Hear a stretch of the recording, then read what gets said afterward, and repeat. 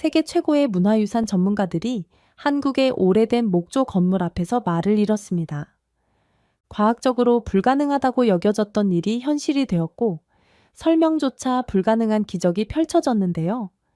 오만했던 외국 전문가들조차 결국 무릎을 꿇게 만든 한국의 숨겨진 저력. 과연 한국인들은 어떻게 천년의 시간을 이겨낸 걸까요?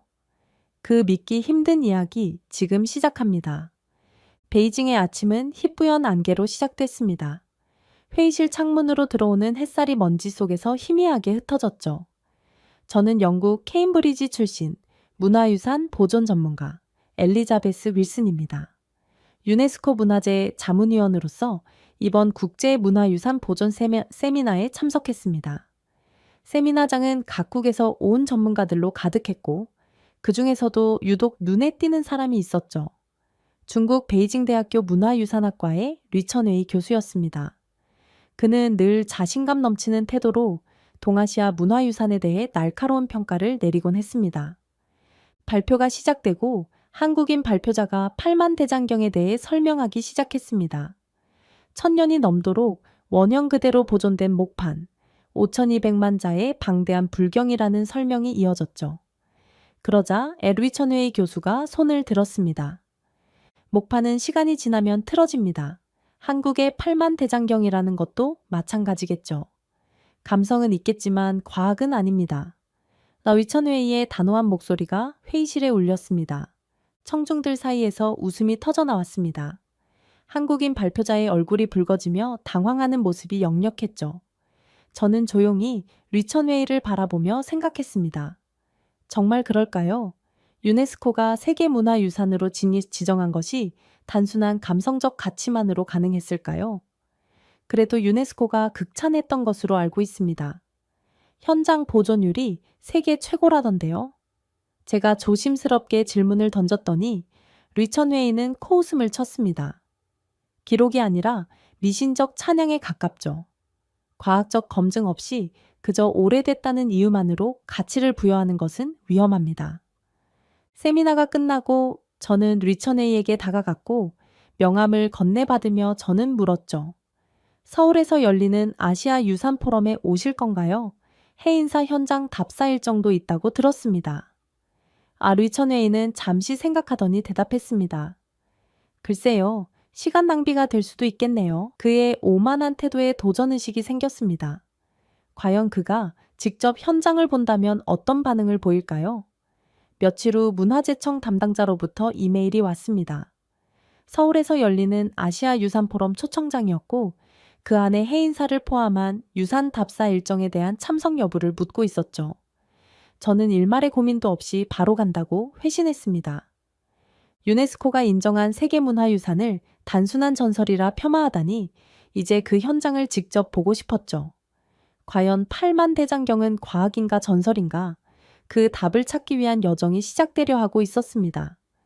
2달이 지난 가을, 저는 인천공항에 도착했고 베이징의 뿌연 하늘과 달리 서울은 맑고 청명했죠. 아시아 유산 포럼이 열리는 국립중앙박물관으로 향하는 길, 창밖으로 보이는 산들이 붉은 단풍으로 물들어 있었습니다. 포럼 첫날, 저는 세미나홀의 가장 앞자리에 앉았습니다. 뒤를 돌아보니 류천웨이 교수도 와 있었고 그의 표정은 여전히 시큰둥했죠. 대형 스크린의 영상이 시작됐습니다. 깊은 산속 해인사의 모습이 펼쳐졌죠. 새벽 안개 속에서 승려들이 장경판전으로 걸어가는 장면이었습니다. 목탁 소리가 은은하게 울려 퍼졌죠. 카메라가 천천히 목판들을 비추자 회의장에는 정적이 흘렀습니다. 눈이 와도 비가 와도 목판은 천년간 움직이지 않았습니다. 나레이션의 낮은 목소리가 들렸고 화면에는 빼곡히 새겨진 글자들이 클로즈업 됐죠. 단 한 자도 번지거나 깨진 곳이 없었습니다. 5200만 자의 방대한 기록이 원형 그대로 보존된 것입니다. 불가능해 보이는 일이었죠. 영상이 끝나고 조명이 켜졌습니다. 저는 숨을 죽이고 있었다는 것을 그제야 깨달았죠. 옆을 보니 류천웨이의 표정도 조금 달라져 있었습니다. 그의 눈에는 의심과 호기심이 동시에 담겨 있었죠. 베이징에서 보였던 확신에 찬 모습과는 사뭇 달랐습니다.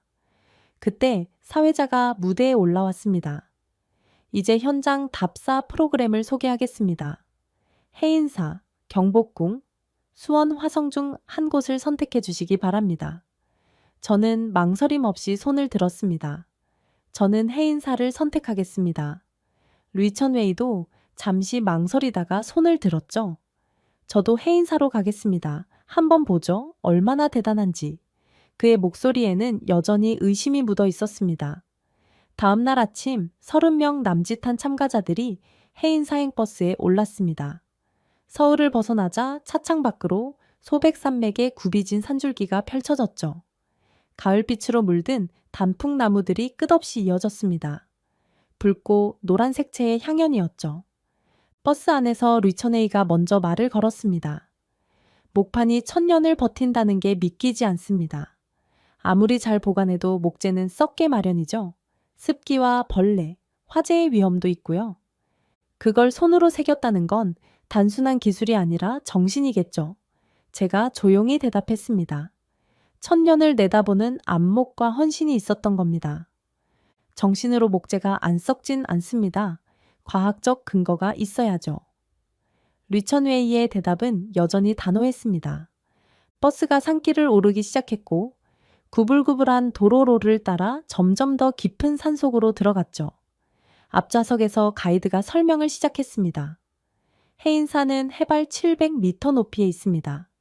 이런 깊은 산 속에 8만 대장경을 보관한 데는 과학적 이유가 있었죠.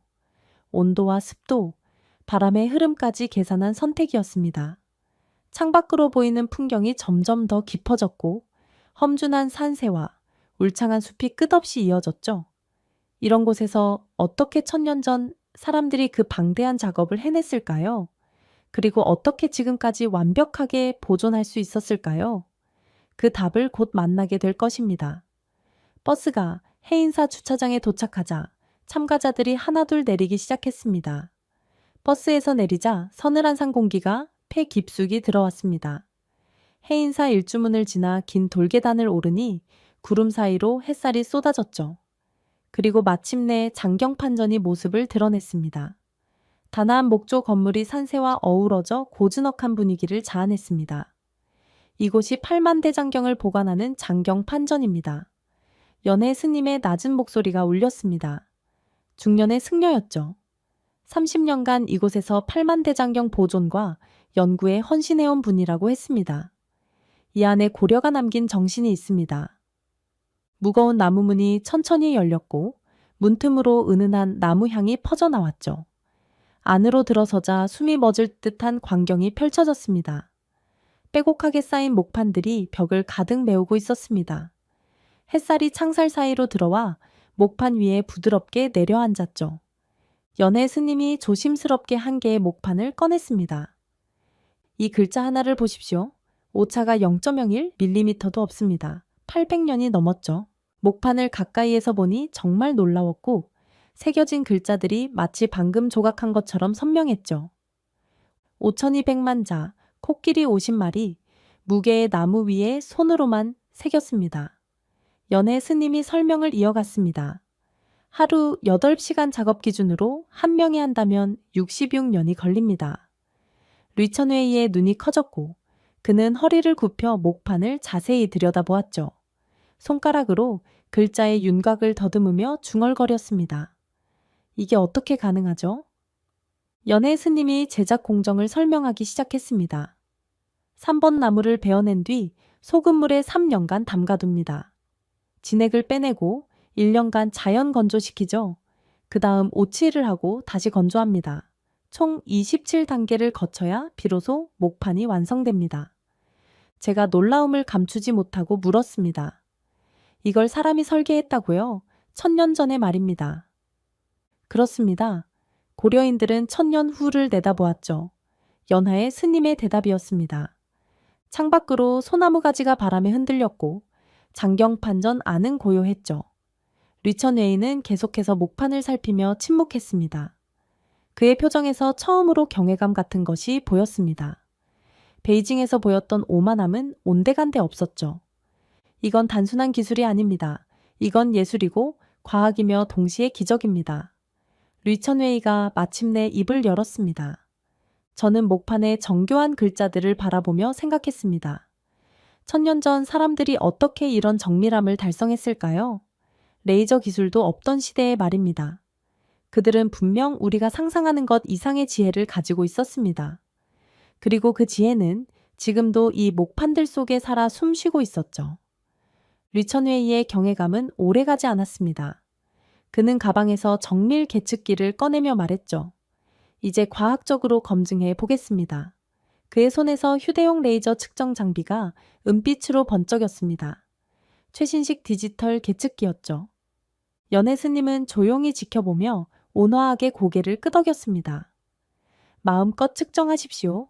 진실은 숨길 필요가 없으니까요. 류천웨이는 여러 개의 목판을 무작위로 선택했습니다. 첫 번째 목판을 들어 올려 조심스럽게 측정대 위에 올려놓았죠. 레이저 빛이 목판 위를 천천히 훑고 지나갔습니다. 계측기의 디지털 화면에 숫자들이 빠르게 나타났다가 사라졌죠. 그는 두 번째, 세 번째 목판도 같은 방식으로 측정했고 그의 표정이 점점 굳어졌죠. 평균 편차 0.08mm라니 말도 안 돼요. 현대의 정밀 기계로도 쉽지 않은 수준입니다. 류천웨이의 입술이 미세하게 떨렸고 그는 다시 한번 화면의 숫자를 확인하며 고개를 저었죠. 저도 놀라움을 감추지 못했습니다. 1000년 전 사람들이 어떻게 이런 초정밀 작업을 해냈을까요? 컴퓨터도 레이저도 없던 시대의 말입니다. 연애의 스님이 우리를 장경판 전의 다른 쪽으로 안내했습니다. 나무 바닥이 삐걱거리는 소리가 고요한 정악에 울렸죠. 이제 이 건물의 과학적 설계를 보시죠. 여기 바닥 아래에는 숯, 횟가루, 소금, 모래가 정확한 비율로 깔려 있습니다. 습기를 조절하고 해충을 막기 위한 천연방부 시스템이죠. 연애 스님이 바닥의 특정 부분을 가리켰습니다. 그는 벽면의 창살을 가리키며 설명을 이어갔습니다. 바람길도 정교하게 계산돼 있습니다. 남쪽 창은 크게, 북쪽 창은 작게 만들어 사계절 내내 적절한 공기순환이 이루어지죠. 햇빛도 목판을 직접 건드리지 않도록 각도까지 계산해서 설계됐습니다. 현대의 항곤 항습 시스템과 같은 원리입니다. 류천웨이는 노트북을 꺼내 열심히 메모를 했습니다. 그러다 갑자기 손을 멈추고 주변을 둘러보았죠. 그의 눈에는 여전히 깊은 의심이 남아 있었습니다. 정밀한 건 인정합니다. 하지만 이게 정말 의도된 과학적 설계인가요? 아니면 단순히 우연의 일치로 운 좋게 만들어진 결과인가요? 과학은 자연의 원리를 계산하고 신념은 그것을 끝까지 실천하게 만듭니다. 고려인들은 그 둘을 완벽하게 결합했죠. 연애 스님의 대답은 차분했습니다. 류천웨이가 고개를 저으며 반박했습니다. 1000년 전에 이런 고도의 과학 지식이 있었다는 게 논리적으로 납득이 안 됩니다. 현대 건축공학 관점에서 봐도 완벽에 가까운 설계인데요. 중국에도 자금성 같은 위대한 고대 건축물이 많지만 이런 정교한 보존 시스템은 본 적이 없습니다. 저는 창밖을 바라보았습니다. 산들바람이 불어와 장경판전 안을 자연스럽게 순환하고 있었죠. 정말 신비로웠습니다. 이 오래된 건물이 마치 살아있는 생명체처럼 자연과 하나가 되어 숨쉬고 있었습니다. 그래도 이게 의도된 설계인지 행운의 우연인지는 더 많은 과학적 검증이 필요합니다.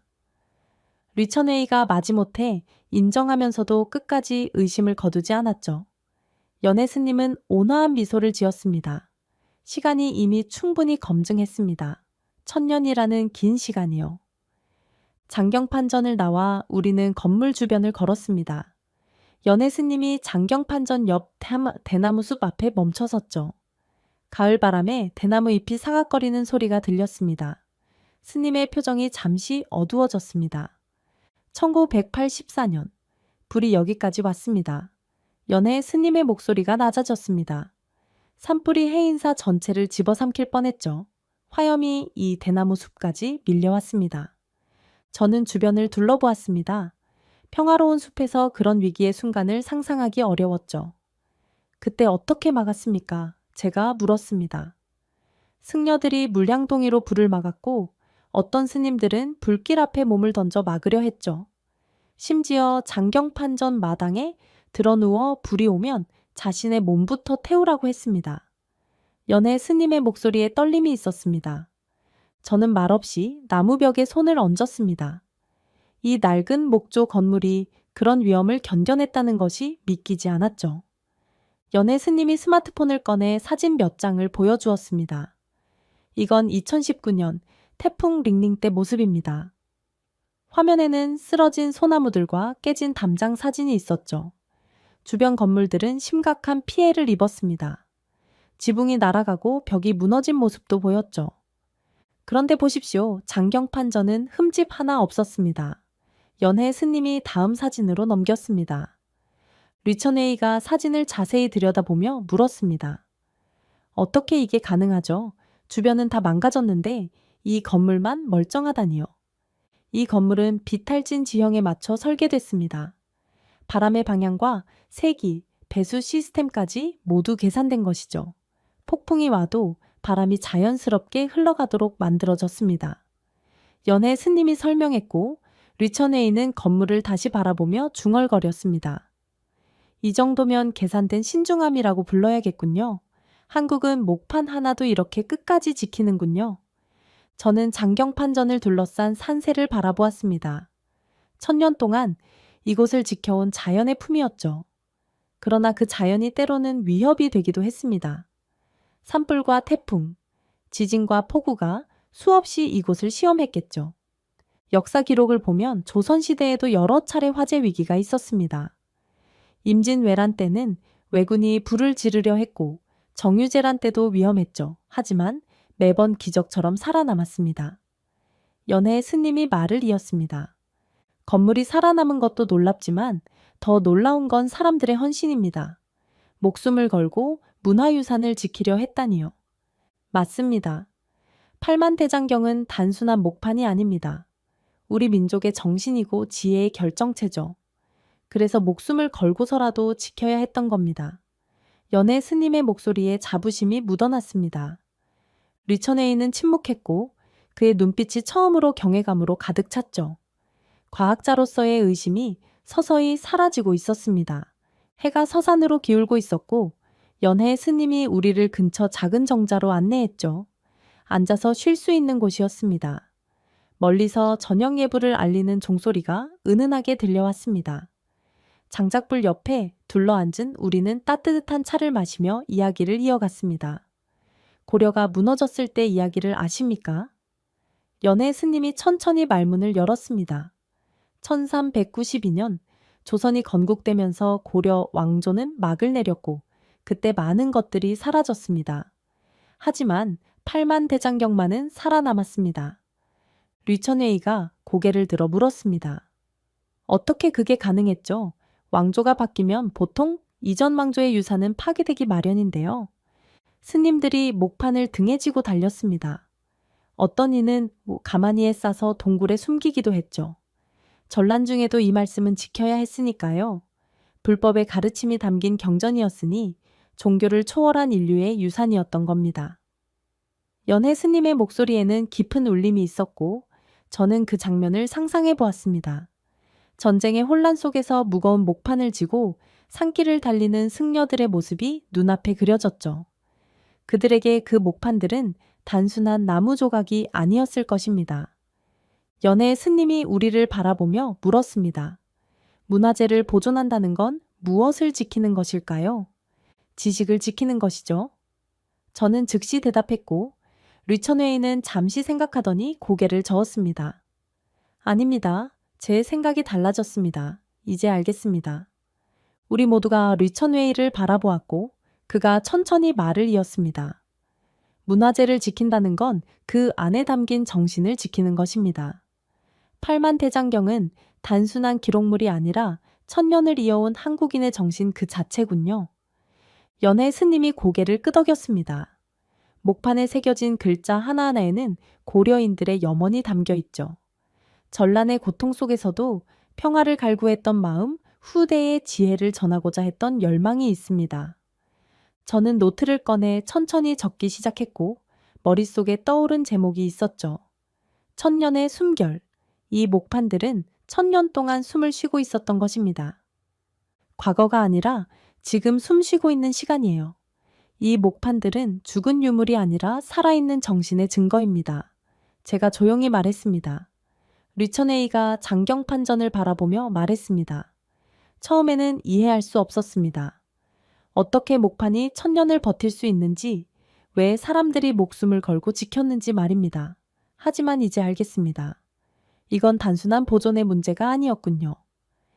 장작불이 타닥거리는 소리가 정적을 깼습니다. 저녁 노을이 장경판전을 붉게 물들이고 있었죠. 그 순간 저는 깨달았습니다. 우리가 지켜야 할 것은 물질적인 유산만이 아니라 그 안에 담긴 정신이라는 것을요. 한국인들은 천년 전부터 미래를 준비했던 것 같습니다. 이제야 그 지혜의 깊이를 이해하게 됐습니다. 리처네이가 감탄하며 말했습니다. 해인사에서 돌아온 지 6개월이 지났습니다. 그동안 저는 8만 대장경에 대한 다큐멘터리 제작에 몰두했죠. 유네스코 자문위원으로서의 경험과 해인사에서의 깨달음을 세계와 나누고 싶었습니다. 놀랍게도 이 다큐멘터리는 예상을 훨씬 뛰어넘는 반향을 일으켰습니다. 영국 BBC가 가장 먼저 방송했고, 이어서 프랑스 아르테와 일본 NHK가 방영권을 구입했습니다. 미국의 PBS까지 합류하면서 다큐멘터리는 전 세계로 퍼져나갔죠. 가장 뜨거운 반응은 학계에서 나왔습니다. 미국 매사추세츠공과 대학의 건축학과에서 먼저 연락이 왔습니다. 장경판전의 자연 친화적 설계는 현대 지속가능 건축의 완벽한 모델입니다. 우리 커리큘럼에 포함시키고 싶습니다. 학과장의 이메일이었죠. 옥스퍼드 대학교 동양학부에서도 비슷한 요청이 왔습니다. 수동적 환경 제어 시스템의 정수를 보여주는 사례입니다. 우리 학생들이 반드시 배워야 할 내용이죠. 가장 놀라운 변화는 리천웨이에게서 일어났습니다. 그는 중국으로 돌아가 문화청에 상세한 보고서를 제출했다고 했죠. 며칠 전 받은 그의 이메일에는 이렇게 적혀 있었습니다. 이제는 배워야 할 때입니다. 기술이 아니라 태도를 말입니다. 한국이 문화유산을 대하는 자세, 천년을 내다보는 안목을 배워야 합니다. 더욱 놀라운 일은 연해 스님이 유튜브 채널을 개설했다는 소식이었습니다. 젊은 승려들의 도움을 받아 시작한 간견 영상이 입소문을 타기 시작했죠. 8만 대장경이 가르쳐준 건 천년 앞을 보는 기술이죠. 스님의 첫 강연 제목이었습니다. 놀랍게도 그 영상은 불과 한 달 만에 조회수 500만을 돌파했습니다. 댓글에는 전 세계 각국의 언어가 뒤섞여 있었죠. 특히 젊은 세대의 반응이 뜨거웠습니다. 그들은 지속 가능성과 미래 설계에 대한 고민을 8만 대장경에서 찾고 있었습니다. 국제 학술지들도 앞다투어 장경판전을 다루기 시작했습니다. 네이처지는 특집 기사를 통해 장경판전의 보존 시스템을 분석했고, 사이언스지는 고려시대 목판 제작 기술의 과학성을 조명했죠. 저는 케임브리지 대학으로 돌아와 새로운 강의를 개설했습니다. 동양의 지속가능한 문화유산 보존 기술이라는 제목이었죠. 첫 수업에 몰려든 학생들을 보며 저는 미소를 지었습니다. 그들의 눈빛에서 새로운 배움에 대한 열정을 느낄 수 있었습니다. 그날 저녁 연해 스님에게서 메시지가 왔습니다.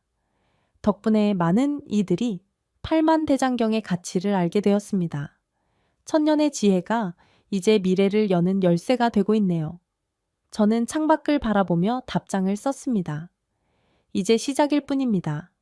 한국이 보여준 천년의 지혜는 인류 전체가 배워야 할 교훈입니다. 세계는 이제 한국을 다르게 보기 시작했습니다. 단순히 기술 강국이 아니라 천년의 지혜를 간직한 문화 강국으로 말입니다. 시간과의 싸움에서 승리한 나라, 그것이 바로 한국이었습니다. 다시 해인사를 찾은 건 이른 봄이었습니다.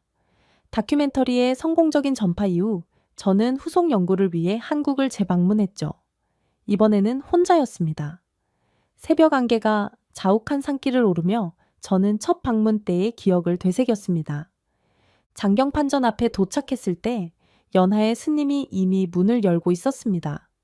동트기 전 어스름한 빛 속에서 스님의 모습은 마치 천년 전부터 그 자리를 지켜온 것처럼 보였죠.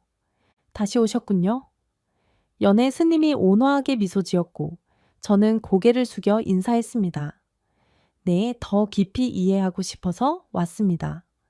스님은 조심스럽게 장경판전 문을 열었습니다. 새벽 공기가 정각 안으로 스며들었죠. 그리고 스님은 천천히 안으로 들어가 목판 하나를 어루만지며 닫기 시작했습니다. 이 판은 세상보다 오래 견뎠습니다. 사람을, 시대를, 나라를 바꿨죠. 연애 스님이 중얼거리듯 말했습니다. 저는 스님 옆에 서서 목판의 글자들을 바라보았습니다. 새벽의 희미한 빛 속에서도 각인된 글자들은 선명했죠. 번짐없는 먹빛, 살아있는 나무의 결이 천년의 시간을 품고 있었습니다. 창밖으로 동이 트기 시작했고 햇살이 비스듬히 들어와 목판 위에 부드럽게 내려앉았죠. 그 순간 저는 깨달았습니다. 이 목판들이 단순히 과거의 유물이 아니라는 것을요. 지금 이 순간에도 살아 숨쉬고 있다는 것을요. 한국은 단지 문화를 기록한 것이 아니라 그 기록을 살아있게 했습니다. 저는 마음속으로 되뇌었습니다. 연해 스님이 목판을 닦는 손을 멈추고 창밖을 바라보았습니다. 천년 전 고려인들은 미래를 보았습니다. 그들이 남긴 이 지혜는 앞으로 천년을 더 갈 것입니다. 저는 노트를 꺼내 적기 시작했고 다큐멘터리의 마지막 나레이션이 될 문장들이었죠. 팔만대장경은 단 한 자도 흐트러지지 않은 천년의 지혜다. 그리고 앞으로의 천년을 위한 설계도다. 장경판전을 나오며 저는 뒤를 돌아보았습니다. 아침 햇살에 빛나는 목조 건물이 산과 하나가 되어 있었죠. 그 모습은 마치 시간을 초월한 영혼의 상징 같았습니다. 케임브리지로 돌아가는 비행기 안에서 저는 창밖을 바라보며 생각했습니다. 우리가 미래 세대에 물려줄 유산은 무엇일까요? 한국인들이 천년 전에 보여준 것처럼 우리도 천년 후를 내다보는 지혜를 가져야 할 것입니다. 그날 이후로 저는 강의할 때마다 학생들에게 말합니다. 진정한 문화유산은 박물관의 유리장 속에 있는 것이 아닙니다. 그것은 살아있고 숨쉬며 우리에게 말을 걸어옵니다. 한국의 팔만대장경처럼 말입니다. 천년의 숨결은 계속됩니다. 과거에서 현재로 그리고 미래로 이어지는 영원한 숨결이죠. 제가 해인사에서 배운 가장 큰 교훈은 바로 이것입니다. 시간을 이기는 것은 돌이나 금속이 아니라 살아있는 정신이라는 것을요. 자, 오늘의 이야기는 여기까지입니다. 오늘 우리는 천년의 세월을 견뎌낸 팔만대장경의 놀라운 비밀과 그 안에 담긴 한국인의 정신을 함께 살펴봤습니다. 단순한 기술이 아닌 기록에 대한 집념과 지혜를 후대에 전하려는 의지가 만들어낸 이 유산은 시간마저도 이겨낸 위대한 문화의 증거였습니다. 세계가 이제야 주목하기 시작한 진짜 문화 강국 한국. 앞으로도 그 깊고 단단한 이야기들을 함께 만나보시길 바랍니다. 지금까지 우인스의 수진이었습니다. 오늘도 끝까지 함께 해주셔서 정말 감사합니다. 당신만의 해외 감동 이야기가 늘 당신 곁에서 따뜻한 순간으로 남길 바랍니다. 다음에도 따뜻한 이야기로 다시 찾아올게요. 수진이랑 우인스 다음에도 함께해요. 오늘도 행복한 하루 되세요. 사랑합니다.